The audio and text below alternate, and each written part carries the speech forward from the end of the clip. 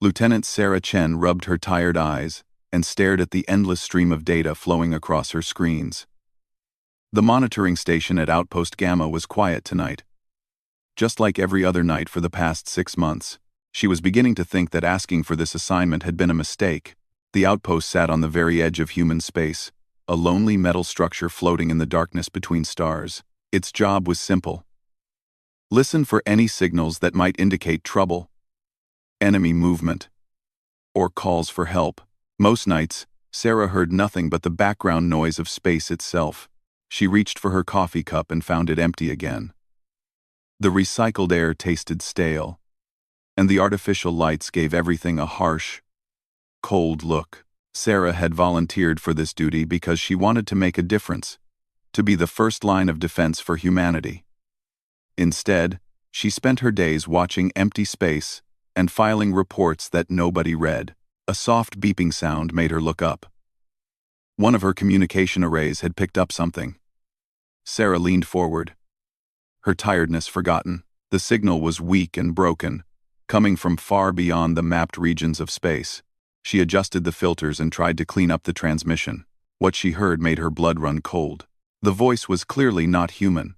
It spoke in broken galactic standard, the common language used for trade and diplomacy between different species. But there was something desperate about it.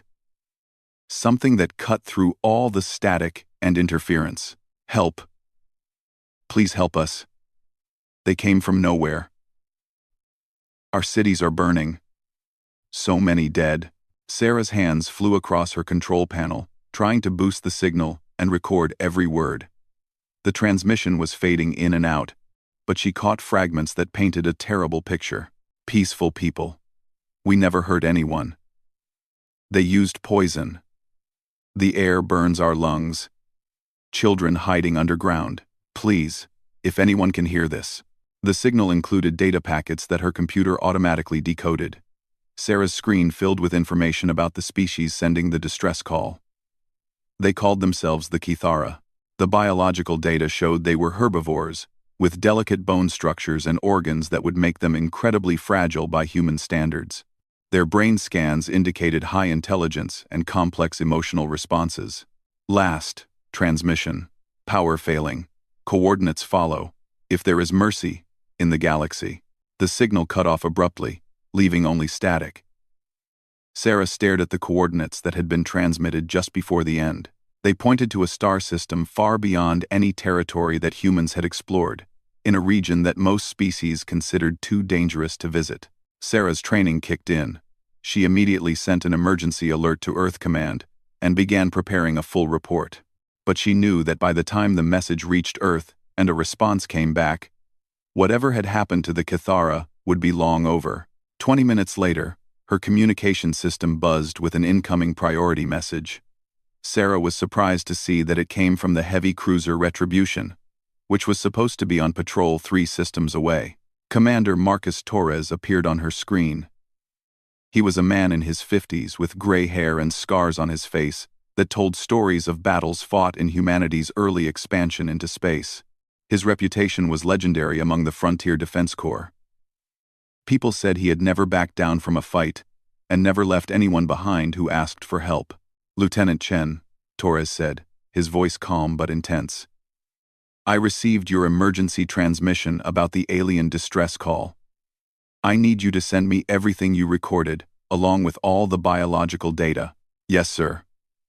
Sarah replied, quickly transferring the files. Commander, the coordinates they sent are in unexplored territory. We have no idea what's out there, or what could have attacked them. Torres was quiet for a moment, studying the data on his own screens. Sarah watched his expression grow darker as he read through the Kithara biological information. When he looked up again, there was something dangerous in his eyes. Lieutenant, these Kithara are describing what sounds like genocide against a peaceful species. The biological data confirms they're physically incapable of violence. Their bone structure is too fragile, their muscles too weak. Someone attacked defenseless civilians. Sarah felt a chill run down her spine. She had heard stories about what humans did to those who targeted innocent people. Humanity had earned a reputation among the galactic community as protectors, but also as something much more dangerous. Other species called humans Deathworlders, beings from a planet so harsh that it had created natural-born warriors. "Sir, what are your orders?" she asked. Torres looked directly at her through the screen. "I'm taking the Retribution to investigate. I'm also sending a message to Fleet Command requesting immediate deployment of additional ships.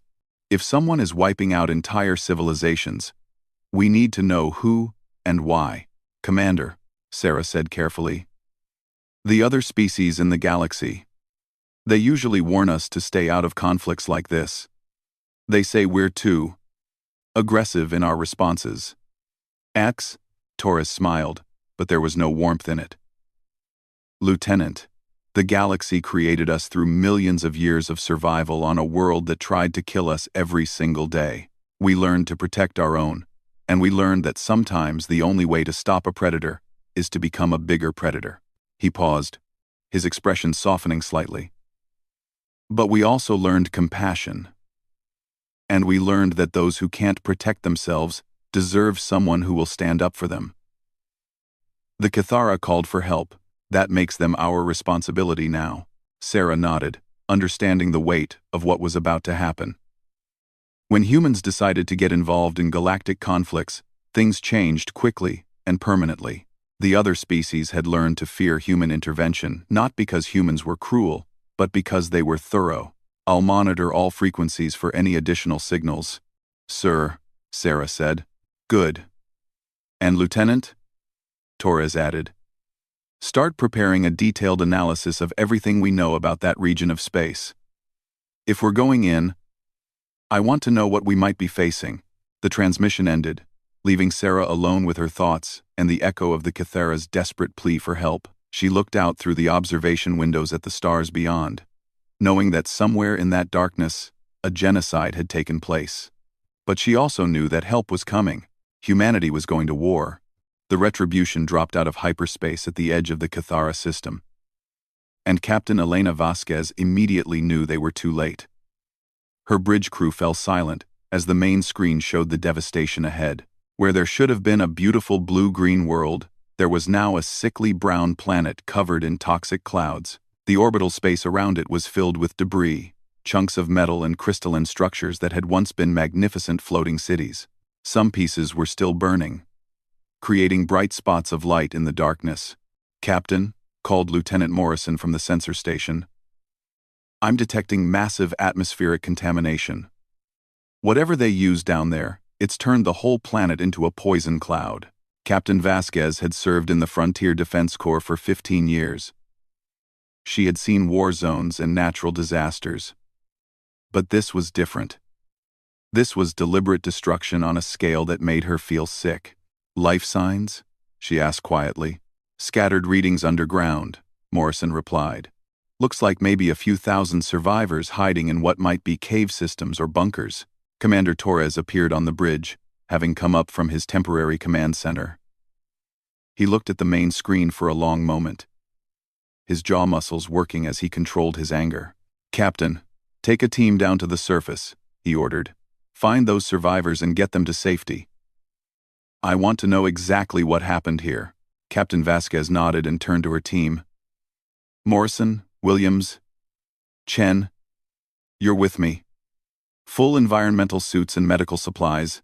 Whatever's in that atmosphere will probably kill us in minutes, without protection." An hour later, their shuttle touched down on what had once been a beautiful park in the Cathara capital city. Through their helmet displays, they could see the dead remains of trees that looked like living crystal, now turned black and brittle. Strange geometric buildings that had once floated gracefully in the air had crashed to the ground, their surfaces scarred by some kind of weapon fire. The team followed their scanners toward the life signs they had detected from orbit. The underground entrance was hidden beneath the wreckage of what looked like it might have been a library. Thousands of data crystals were scattered around, their information lost forever. "Hello?" Captain Vasquez called out as they descended into the underground shelter. "This is Captain Vasquez of the Terran ship Retribution. We received your distress call."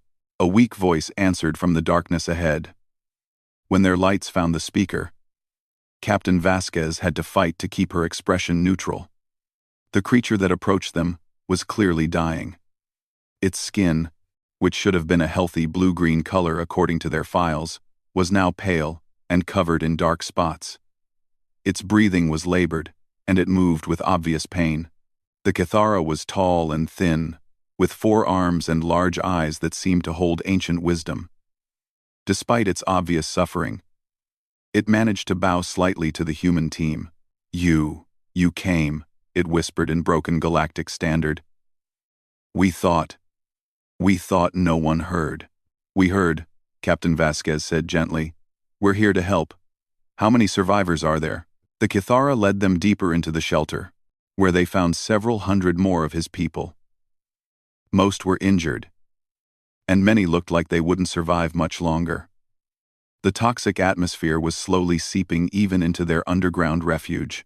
Through their translation devices, the humans began to piece together what had happened. The Kithara elder, who gave his name as Wisdom Keeper Zenth, told them the story in a voice that shook with grief and rage. The Kithara had been a peaceful civilization for over 8,000 years. They lived in floating cities that moved gently through their planet's atmosphere, creating art and music and studying the mysteries of the universe. They had no weapons beyond simple tools, and no concept of warfare. 3 weeks ago, ships had appeared in their system without warning.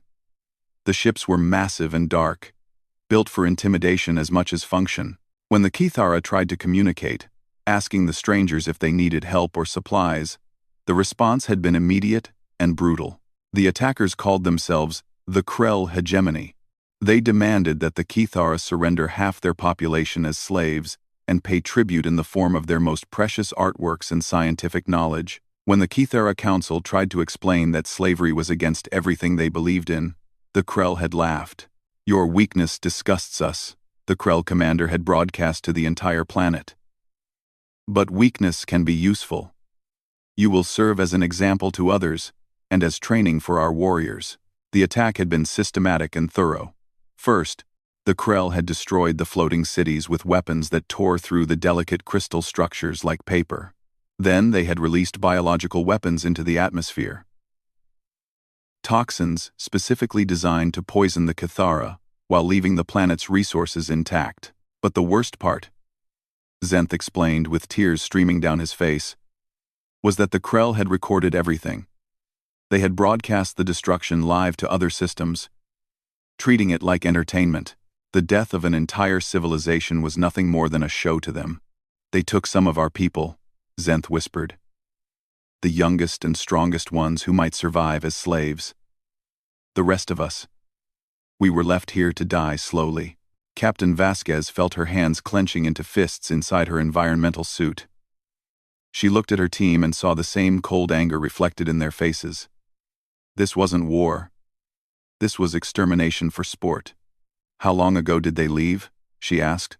5 days, Zenth replied. "They said they were moving on to their next target. Another peaceful world, called Nereid Prime." The team exchanged glances. Another innocent species was about to face the same fate as the Kithara. "Zenth," Captain Vasquez said, her voice steady despite the rage burning inside her. "We're going to get you and your people to safety. Our ship has medical facilities that can help treat the poison in your systems. But there are so few of us left," Zenth said sadly. "An entire species reduced to a few hundred survivors hiding in caves. Then we'll make sure those few hundred live," Captain Vasquez promised. "And we'll make sure the ones responsible for this face justice." Zenth looked at her with curiosity. "Justice? But the Krell are too powerful. The Galactic Council fears them. No one stands against them." Captain Vasquez smiled, and there was something in that expression that would have made the Krell very nervous if they had seen it. It was the smile of a predator that had just found worthy prey. "Zenth," she said quietly, "you called for help from a species that comes from a death world. We spent millions of years learning how to deal with monsters. The Krell are about to learn what that means." As they began evacuating the Kithara survivors to the Retribution, Captain Vasquez was already planning. The galaxy was about to discover why humans had earned their reputation as the Deathworlders. The medical bay of the Retribution hummed with activity as human doctors worked around the clock to save the Kithara survivors. Dr. Sarah Martinez had never treated aliens before, but she was learning quickly. The poison that had destroyed their world was specifically designed to attack their unique biology, and every hour counted. Their respiratory systems are completely different from ours, she explained to Commander Torres as they walked through the ward. The toxin bonds to their blood cells and slowly suffocates them from the inside. We've managed to slow the process, but we need specialized equipment to fully cleanse their systems. Torres nodded grimly. How many can we save? All of them, if we can get them to a proper medical facility within the next week, Doctor, Martinez replied. I've already contacted New Geneva Medical Station. They're preparing for our arrival. If Yuan Fron, I'm seen contact to describe. I'm seen Lon 1, while the medical team fought to save lives. Major David Kim was fighting a different kind of battle in the intelligence section. He had been gathering data about the Krell hegemony for 3 days straight, and what he had found made his blood boil. The Krell weren't just raiders or pirates, they were something much worse, a species that had turned cruelty into an art form and conquest into entertainment. Kim's screens were filled with intercepted communications, intelligence reports from other species, and footage that the Krell themselves had broadcast across the galaxy. Commander, Kim called as Torres entered the intelligence center. You need to see this. The main display showed a map of known space, with red markers scattered across dozens of star systems. Each marker represented a world that had been attacked by the Krell in the past 5 years. 37 worlds, Kim explained, his voice tight with controlled anger. Over 6 billion sentient beings killed, enslaved, or displaced. The Krell call it harvesting. They target peaceful species, specifically because they can't fight back. Torres studied the map with growing horror. 37 worlds? How is this possible? Where was the Galactic Council? Where were the defense forces? That's the worst part, sir, Kim replied. They all knew. Every major species in the galaxy has been aware of Krell activities for years. But no one wants to get involved because the Krell are considered too dangerous to fight. Kim brought up another display showing economic and military data. The Krell have built their entire society around conquest. Their children are raised in training camps from birth, learning warfare and cruelty as basic life skills. Their ships are designed for terror as much as function. They want their victims to be afraid before they die. But surely someone has tried to stop them, Torres said. A few species attempted to resist, Kim answered, highlighting several star systems on the map. The Altarians sent a defensive fleet to protect a colony world 3 years ago. The Krell destroyed the fleet and then spent 6 months systematically torturing every Altarian they captured, broadcasting it live to their homeworld as a warning. Torres felt his jaw clench. What about the Galactic Council? Officially, they condemn Krell actions and call for peaceful resolution, Kim said bitterly. Unofficially, they've classified the Krell as a natural disaster, something to be avoided rather than confronted. Most species have simply written off any worlds in Krell territory as lost. The intelligence officer brought up recordings of intercepted Krell communications. The language was harsh and guttural, but the translation software worked well enough to convey the meaning. This is from their attack on the Kithara homeworld, Kim explained as an audio file began to play. The human translation made Torres's hands clench into fists. Secondary target achieved. Herbivore species eliminated with minimal ammunition expenditure. Toxic payload effective against target biology. Recommend this method for future culling operations. Young warriors performed adequately. Only minor hesitation during civilian elimination phases. Training protocols should be adjusted for better efficiency. They're treating genocide like a military exercise, Torres said quietly. It gets worse, sir, Kim continued. According to their communications, they're already moving toward their next target, a species called the Nereid. On the ocean world of Aquatica Prime, intelligence estimates they'll reach that system in 6 days. Torres was quiet for a long moment, staring at the tactical display. Finally, he turned to Kim with the expression that the Major had never seen before. Cold, calculating, and absolutely merciless. Major, I want you to compile every piece of intelligence we have on Krell military capabilities, ship designs, and operational patterns. I also want a full analysis of their command structure and supply lines. Sir, are we planning a rescue mission for the Nereid? No, Major, Torres replied, his voice deadly calm. We're planning something much more comprehensive. 3 hours later, Torres was in his private communication chamber, speaking directly to Admiral Sarah Chen on Earth. Chen had been promoted rapidly after her discovery of the Kithara distress signal, and now held a position in Fleet Command. Marcus, she said after reviewing his report, what you're describing is genocide on an industrial scale. The political implications alone. Admiral, Torres interrupted, I've been fighting on the frontier for 20 years. I've seen raiders, pirates, territorial disputes, and resource wars. This is different. The Krell aren't fighting for survival or expansion. They're killing for entertainment. Chen was quiet for a moment. The other species in the galaxy have made it clear that they consider this a regional problem. If we intervene, we'll be acting alone. Then we act alone, Torres replied without hesitation. Admiral, humanity spent millions of years learning how to survive on a world that tried to kill us every single day. We developed weapons, tactics, and strategies that the rest of the galaxy can't even imagine because they never needed them. He pulled up the intelligence data on his screen. The Krell think they're apex predators because they've never faced real resistance. They hunt herbivores and peaceful traders. They've never fought an actual Deathworld species. Admiral Chen studied the data, her expression growing more serious by the minute. What are you recommending, Commander? I'm recommending that we show the galaxy why our species earned the name Deathworlders, Torres said. The Krell have been operating with impunity because no one has been willing to make them pay a real price for their actions. And you think we should be the ones to teach them that lesson? Torres thought about the dying Kithara in his medical bay, about 37 destroyed worlds, about the Nereid who would die in 6 days if no one acted. Admiral, he said quietly, every species in the galaxy learned to fear us, because we're the only ones who came from a world that taught us how to be monsters when we need to be. The Krell have been acting like monsters for years, but they've never faced real monsters. Admiral Chen was silent for a long time.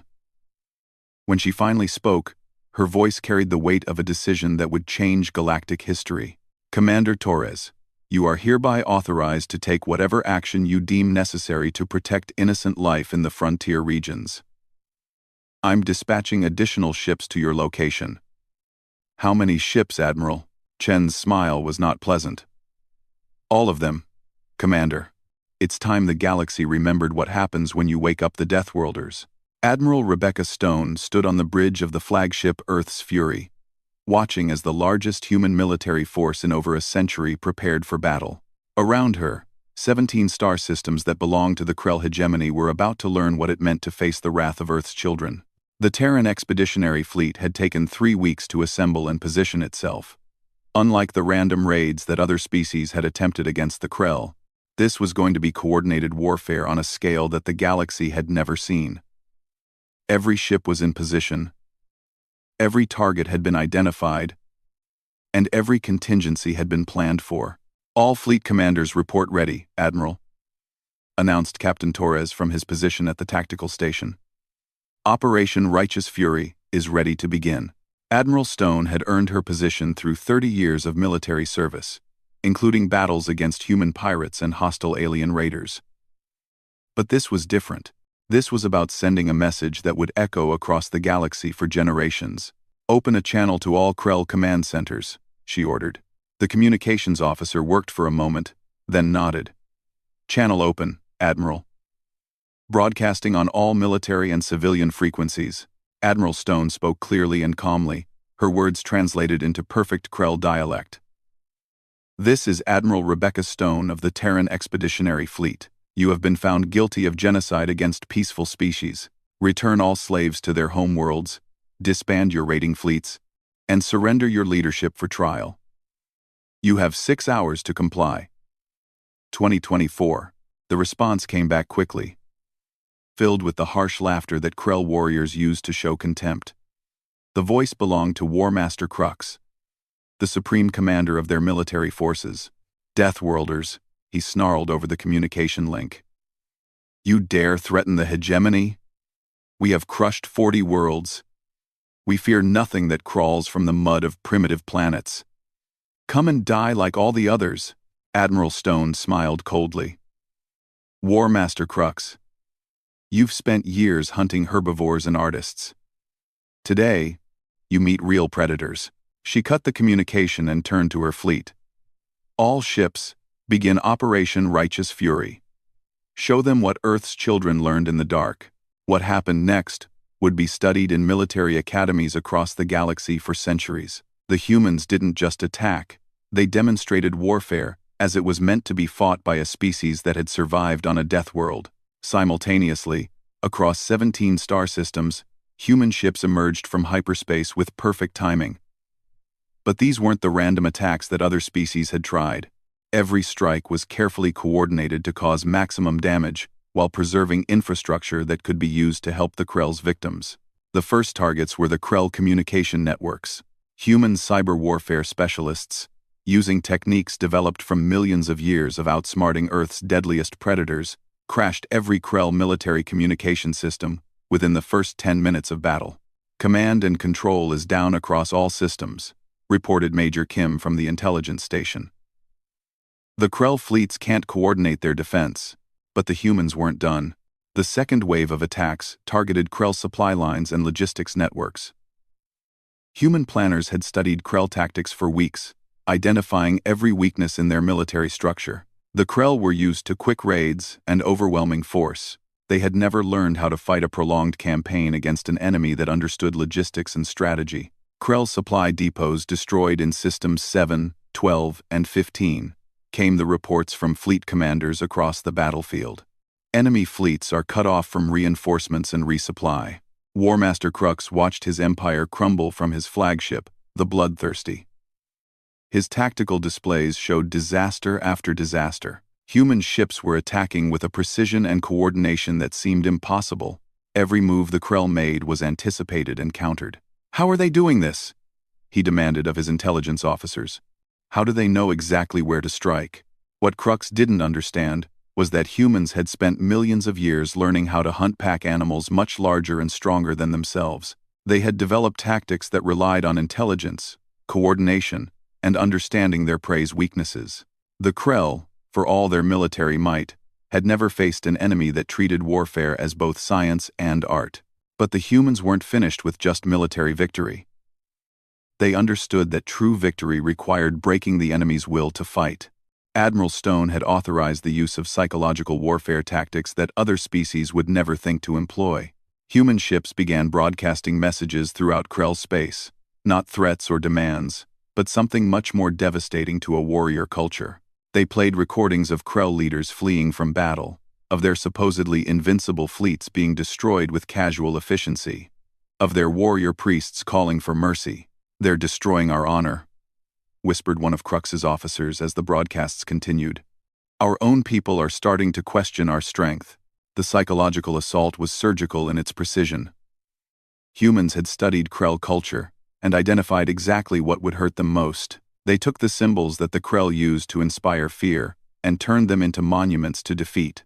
When Krell warriors watched their sacred battle standards being torn apart by human weapons, when they heard their war songs being sung mockingly by human pilots, when they saw their greatest military achievements being casually dismissed as the work of bullies, their morale began to collapse.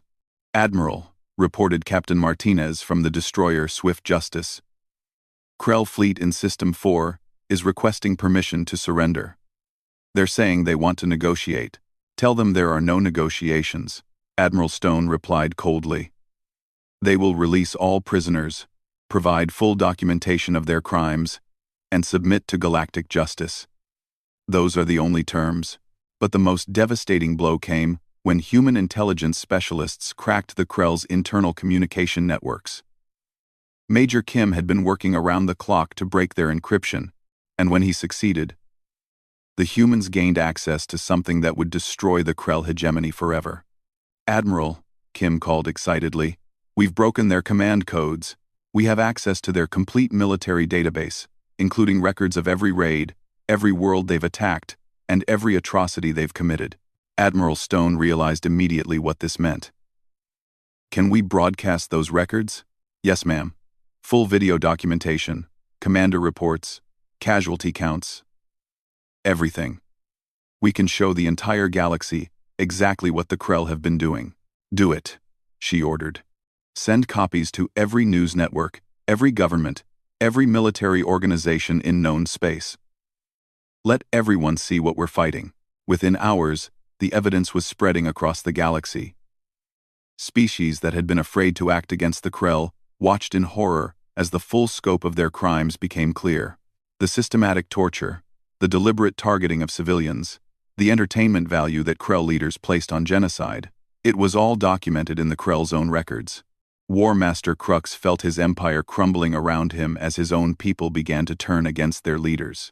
The evidence showed not just what they had done to others, but what their leaders thought of their own people. How they were willing to sacrifice entire fleets for their personal entertainment. Admiral Stone.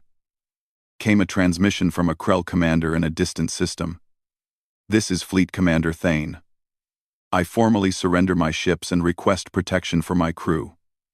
We did not know the full extent of what our leaders were doing. Similar messages began coming in from across the hegemony as the evidence of their leaders' crimes spread. The Krell military structure, built on fear and intimidation, began to collapse when their own warriors realized they had been used as tools for genocide. Admiral Stone looked at the tactical display showing Krell fleets surrendering across 17 systems. In 3 weeks, the most feared military force in the galaxy had been completely destroyed. Not just defeated, but broken so thoroughly that they would never threaten anyone again. All fleet commanders, begin humanitarian operations, she ordered. Locate all prisoner camps and begin immediate liberation.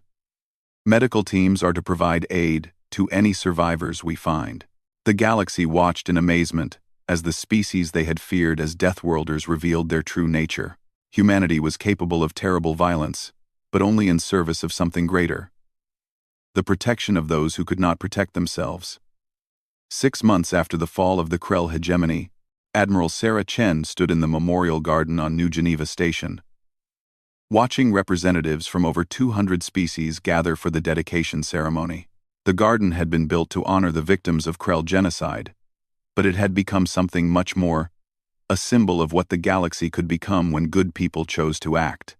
The ceremony was being held on the anniversary of the first Kithara distress call that had started everything. Sarah still remembered that night at Outpost Gamma, listening to desperate voices calling for help across the darkness of space.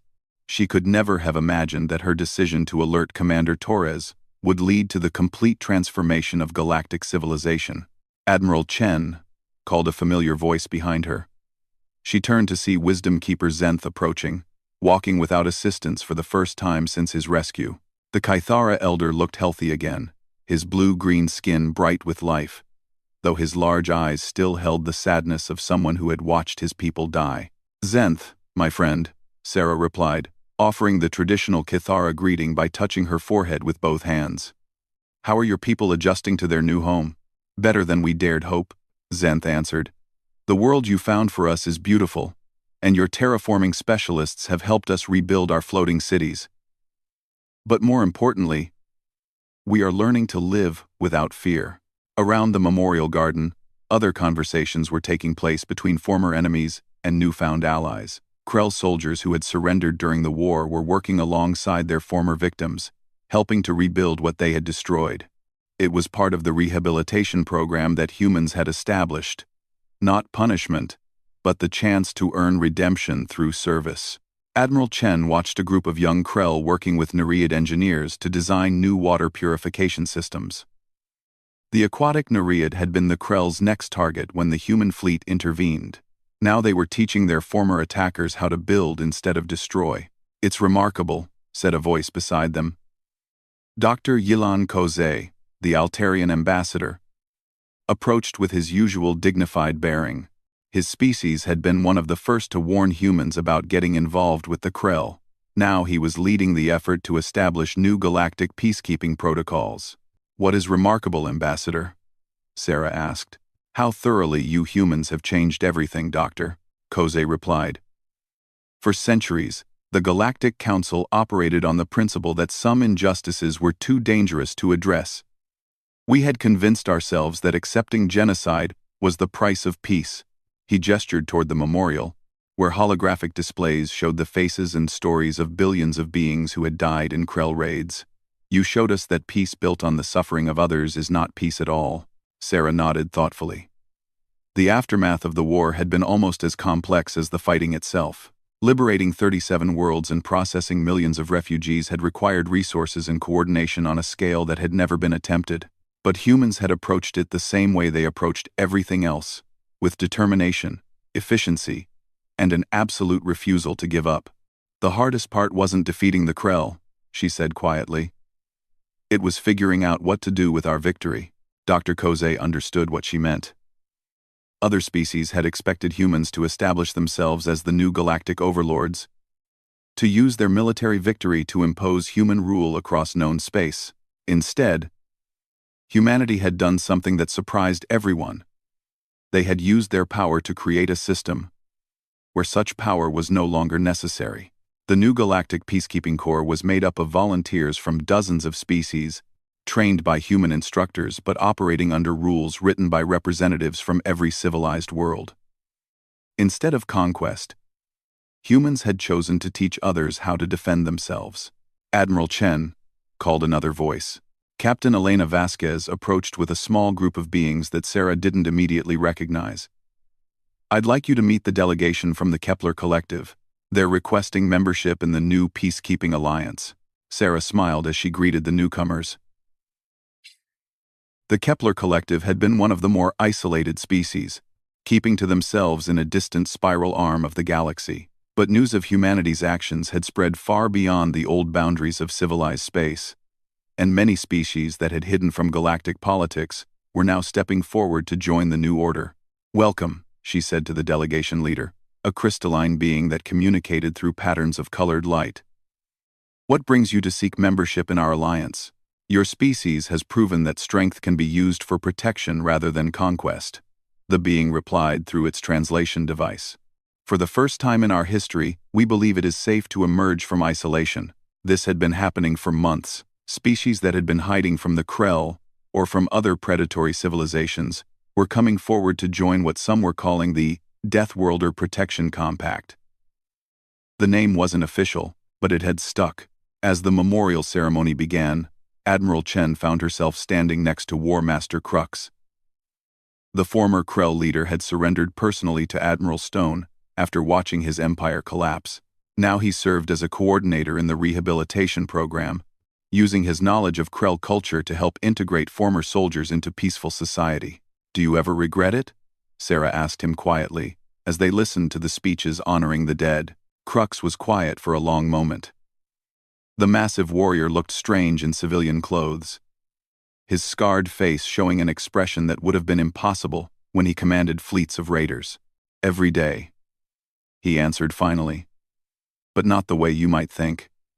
I regret that it took your people to show us what we had become. We had convinced ourselves that might made right, that the strong had the natural right to prey on the weak." He gestured toward a group of Krell children playing with youngsters from a dozen other species. "My own offspring are learning to build gardens instead of weapons. They will grow up in a galaxy where strength is measured by what you protect, not what you destroy." The ceremony reached its climax as speakers from each of the liberated worlds shared their stories. Some spoke of loss and grief that could never be fully healed. Others spoke of hope and the chance to rebuild. All of them spoke of gratitude for the species that had answered their call for help when no one else would. When it came time for the human representative to speak, Admiral Chen walked to the central podium and looked out at the gathered crowd. Hundreds of species, thousands of individuals, all brought together by humanity's decision to act when others would not. "My friends," she began, her voice carried by translation devices to every being in the garden. 6 months ago, a young lieutenant at a monitoring station received a distress call from people she had never met. asking for help from a species they had never encountered. That call changed everything. She paused, looking at the memorial displays showing the faces of the dead. We did not answer that call because we are stronger than others, or because we are naturally good. We answered it because our world taught us a simple truth, that the strong have a responsibility to protect those who cannot protect themselves. The crowd was completely silent, hanging on every word. Some of you call us Deathworlders. And that is true.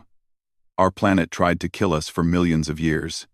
And in response, we learned to be very good at survival.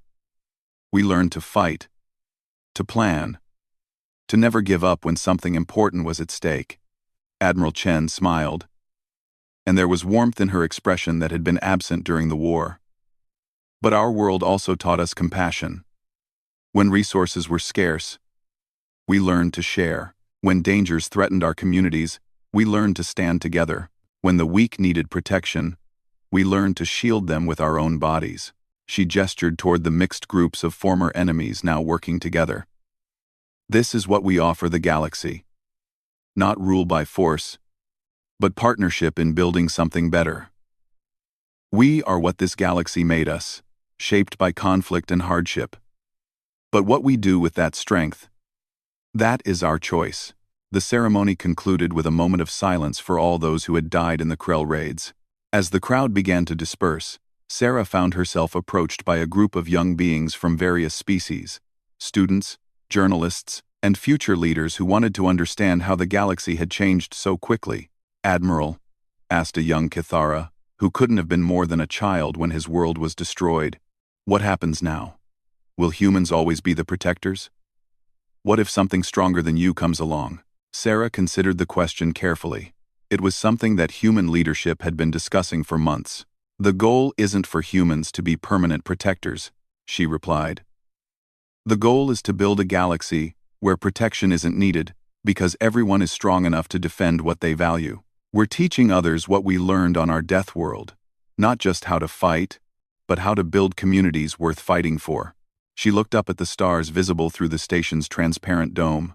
Somewhere out there, monitoring stations like the one where she had started her career were listening for distress calls, ready to respond when help was needed. "Our world made us into survivors," she concluded, "but we choose to use that strength to make sure others never have to survive what we did. That's what it means to be human in this galaxy. Not that we're the strongest, but that we've decided strength should serve something greater than itself." As the memorial garden emptied and the representatives returned to their ships, Admiral Chen remained behind with a few close friends. They stood together in comfortable silence, watching the holographic displays cycle through images of the rebuilt worlds, the rescued populations, and the new alliances that had formed in the aftermath of war. "Do you think it will last?" asked Zenth quietly. Admiral Chen smiled, thinking of all the monitoring stations scattered across the galaxy, all the young officers like she had once been, ready to answer the next call for help. "Peace isn't something you build once and forget about," she replied. "It's something you choose to maintain every day. But yes, I think it will last, because now everyone knows that when someone calls for help in the darkness, someone will answer." Somewhere in the distance, a new distress call was being received by a human monitoring station. But this time, the response team included ships from a dozen species, all working together under protocols designed to protect the innocent and punish those who would prey on the weak. The Deathworlders had awakened, and the galaxy was better for it.